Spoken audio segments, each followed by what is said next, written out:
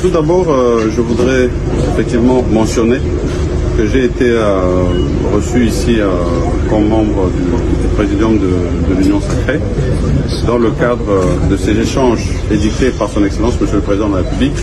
C'était le 22 février de cette année, 2025, où il a demandé à ce qu'il y ait des consultations politiques. Ces consultations politiques s'inscrivent dans le cadre d'un esprit de cohésion et d'unité nationale face à cette triste situation sécuritaire que vit la République démocratique du Congo en ce moment. Et nous, d'abord, en tant que membres de l'Union Sacrée, le premier mot, c'est de réitérer cette loyauté à son Excellence, Monsieur le Président de la République, et d'adhérer à cette idée d'unité et de cohésion nationale. Et à partir de ce moment où on ouvre cette possibilité d'avoir une main tendue pour avoir des échanges élargis avec toutes les forces politiques, tant de la majorité que de l'opposition, ainsi que de la société civile. Le but ici, c'est finalement d'arriver à une gouvernance inclusive. Et donc nous sommes venus d'abord réaffirmer ce principe d'unité et de cohésion nationale, mais au-delà de ça, de participer à cette idée lancée par son Excellence Monsieur le Président de la République. Mais bien sûr, nous avons dit que cela doit se faire dans le cadre d'abord du respect de notre loi mère, de notre constitution, et du respect aussi de l'ordre institutionnel déjà établi ici dans notre pays. Et donc nous avons encouragé les échanges débutés ici par le conseiller spécial à travers la mission qui lui a été donnée par son Excellence Monsieur le Président de la République, et nous invitons bien sûr toutes les autres forces telles qu'édictées dans les formats dans lesquels ils voudraient les recevoir, de venir participer à ces échanges et donner leur idée, parce que ici il s'agit de la patrie, il s'agit de la souveraineté de notre pays, et il s'agit surtout du recouvrement total de notre sécurité sur toute l'étendue de la République démocratique du Congo. Donc, je tiens à remercier le Conseil spécial, à travers lui le Président de la République, de m'avoir associé à ces consultations visant à mettre en place le gouvernement d'union nationale. Et nous avons échangé avec le Conseil spécial en matière de sécurité, et je lui ai dit clairement que le gouvernement d'union nationale devait être l'aboutissement d'un processus. Commençons d'abord par la cohésion nationale, retrouvons la paix ensemble et cherchons les acteurs qui sont à la mesure des défis du moment. Il faut refaire et rassembler tous les Congolais, c'est-à-dire la cohésion nationale, parce que nous sommes en guerre. 2, nous devons faire en sorte que l'objectif de la paix soit l'objectif numéro 1 pour recouvrer l'intégrité territoriale de notre pays, pour recouvrer la souveraineté de notre pays et mettre fin à la guerre. Et pour cela, la démarche est simple. Il faut d'abord identifier qui sont les protagonistes. Si le terrain militaire, nous savons que c'est les M23, c'est le Rwanda, c'est dans une certaine mesure l'Ouganda, et du côté de l'espace libre, c'est le gouvernement de la République démocratique du Congo. Mais nous avons aussi d'autres protagonistes non armés, c'est l'opposition non armée, mais aussi la société civile un peu politisée qui s'oppose, qui ne partage pas nécessairement la même vision que le président de la République. Quand vous avez identifié ces acteurs-là, vous pouvez procéder par étapes. Commencez d'abord par mettre de l'ordre au sein de l'Union Sacrée, qui soutient le président de la République. Est-ce qu'au sein de l'Union Sacrée, nous avons mis de l'ordre? Est-ce que nous parlons tous le même langage? Est-ce que nous soutenons tous les efforts du président de la République? Est-ce que nous sommes tous mis à contribution pour soutenir le président de la République?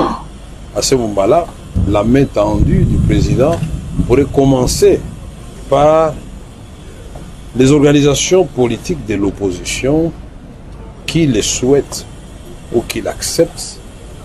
Autrement, prendre des individus qui seront rejetés au lendemain des publications du gouvernement, ça fait débauchage et ça ne peut pas marcher. Et donc nous saluons cette démarche du président de la République qui est aujourd'hui entreprise par les conseils spéciaux de l'État en matière de sécurité. le professeur Libéral, que je connais très bien, et je crois qu'il va réussir cette démarche. Et moi, je conseille que nous puissions y aller par étapes. On peut former un gouvernement de cohésion nationale et de paix en lui fixant des missions précises qu'on peut évaluer tous les 3 mois. Mais maintenant, il faut définir ensemble avec le Conseil spécial quels sont les piliers qui vont sous-tendre ce gouvernement d'union nationale. Et très rapidement, dans un processus fiable. Nous avons déjà Luanda, Nairobi, nous avons la Cinco. Comment le Conseil spécial de l'État en matière de sécurité va faire la mixture de tout cela pour avoir les sons de cloche des uns des autres, de façon à ce que nous opérions la magie de rappeler nos amis du M23 vers la patrie et de poser les armes pour qu'ensemble on reconstruise la République démocratique du Congo. Et qu'on dise au Rwanda, on ne va pas vous déplacer là-bas, et à l'Ouganda, nous sommes des voisins, on va les demeurer jusqu'à la fin du monde. Et il vaut mieux vivre en bonne entente qu'être des protagonistes chaque jour. Et nous avons dit aussi au Conseil spécial du président en matière de sécurité que le président, en ce moment, doit faire en sorte qu'on ne puisse pas tolérer que n'importe qui passe à la télévision ou dans les réseaux sociaux parler à son nom pour énerver justement cette démarche de la recherche de cohésion nationale et de recouvrir la paix dans notre pays. Plus nous sommes unis, plus nous sommes forts. Il ne faut pas qu'il y ait contradiction entre l'objectif, la pensée des chefs de l'État et les actes qui sont posés sur le terrain par les institutions, par les individus. Il ne faut pas frustrer les gens davantage si nous voulons aller très loin. Et moi, croyant, je suis convaincu que j'ai été reçu par le conseil spécial. Alors, nos échanges ont tourné autour de l'initiative formulée par le chef de l'État, celle de mettre en place un gouvernement d'union nationale. C'est autour de ça qu'apportaient nos échanges. Moi, j'ai donné mes points de vue personnels, ce que j'entends comme gouvernement d'union nationale. Je pense, compte tenu de ce qui se passe dans notre pays, notamment l'agression rwandaise, des difficultés économiques et sociales, il faudra alors, dans le cadre de ce gouvernement d'union nationale, mettre des Congolais compétents, capables, de répondre aux attentes des Congolais. Les attentes des Congolais sont lesquelles? La paix. Il faut mettre fin à la crise. Il faut mettre fin à l'agression rwandaise. 2. Il faut un gouvernement qui doit être capable de réaliser des projets pour répondre aux attentes du peuple congolais. Voilà mon point de vue brièvement par rapport à l'avènement de ce gouvernement d'union nationale. Si nous mettons des hommes compétents, fidèles, patriotes, de la majorité tout comme de l'opposition, de la société civile, nous aurons en ce moment-là montré notre fidélité au chef de l'État, notre patriotisme, l'amour que nous avons pour ce pays. Et en ce moment-là, le Congo peut aller de l'avant. Mettons de côté nos intérêts personnels. D'abord, c'est le Congo et les Congolais. Mais j'ai parlé, il faut mettre des hommes capables, y compris ceux qui sont dans l'armée. J'ai parlé même des achats des armes, de munitions, de tout ce qu'il faut à nos forces armées pour qu'ils soient en mesure de répondre aux attaques de l'agresseur. Mais en même temps, mon point de vue, tout en faisant la guerre, il faut former. Vous-même, vous avez, dans votre introduction, parlé des consultations. Il s'agit bel et bien des consultations comme la première force politique de notre pays. Il était normal que le conseil spécial puisse nous inviter et nous écouter aussi. Qu'est-ce que nous pensons par rapport à la mise en place du gouvernement d'union nationale annoncé par son Excellence, Monsieur le Président de la République, Félix Antoine Tshisekedi. Est-ce qu'il y a des préalables, est-ce qu'il y a des conditions que non, le nous n'avons pas posé des conditions comme telles. Comme vous le savez, l'Union pour la démocratie et le progrès social, c'est le parti du chef de l'État. Mais vu certaines dispositions statutaires, il est empêché pour gérer ce parti. Et je me réserve de certains commentaires et je laisse d'abord la primeur au chef de l'État. Si je commence à étaler tout devant la presse, ça sera vraiment une grosse erreur de ma part. J'ai échangé avec le conseil spécial, c'est quand il va faire son rapport. À ce moment-là, je vais vous inviter à limiter pour vous dire aussi que non, voilà, les jours de notre rencontre avec le conseil spécial, voilà ce qu'on s'était dit. Je pense que vous êtes bien éclairés par rapport à notre rencontre. Merci.